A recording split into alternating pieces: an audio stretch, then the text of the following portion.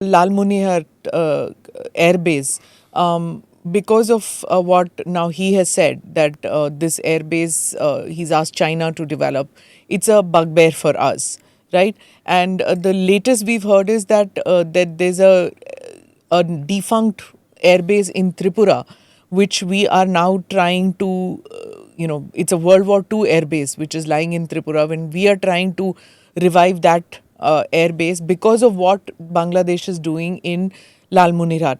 Now, not just asking China to do it, but I believe the contractor is a Pakistani or something like that. That's true. So he's unnecessarily needling. And plus, tell me, this sudden warming of ties between Pakistan and Bangladesh, is it all because of this one man, Yunus, or two men, the Pakistan High Commissioner out there, suddenly, who's disappeared because of some unsavory honey trap or whatever it was? Yeah. So much of complication which is happening. So tell me about the airbase, the Lalmunirhat, Tripura airbase, and what is Yunus planning with this China and Pakistan?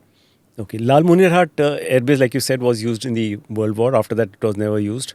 So it's more or less like a defunct airstrip which they want to now develop. Given the proximity to Siliguri corridor, even if they don't have aircrafts, they have radars, the other air defense and stuff like that. Stuff or anything else to gather intelligence from this very vulnerable, so-called vulnerable corridor of ours. I don't really feel it's all that vulnerable. So they can develop it for that. And this is just about 20 kilometers from Indian border. Yeah. So it is vulnerable. It is vulnerable in that sense, yes.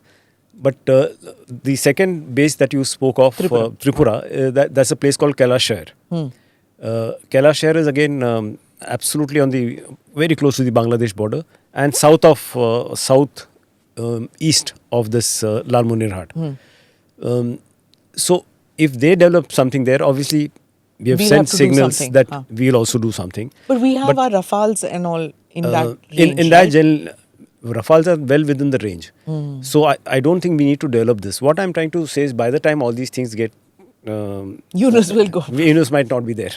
That's my understanding. So then India has a Yunus problem, not a Bangladesh India problem. Has because his platform to come to that position has been anti-India.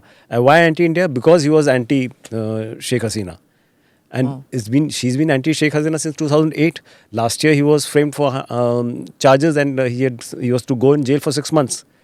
And his lawyer says there were about 100 charges against him.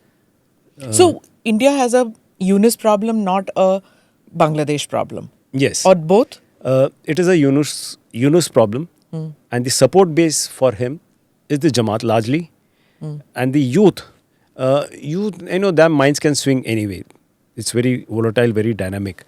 But like most of us understand, after 1971, Pakistan really never left Bangladesh.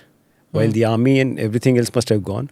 But they had their sleeper cells, their people there constantly keeping watch of what's happening. And this complete episode of Sheikh Hasina going was engineered by multiple players in this. Yeah. We all know that. And Pakistan was one of the important players in that.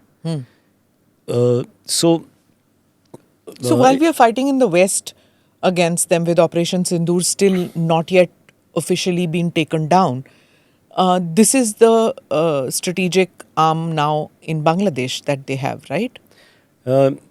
You cannot call it a strategic arm. These are all irritants. I would put it that way. These are all irritants and these won't last. One factor I was mentioning this, those rivers and all I mentioned, the land border I mentioned.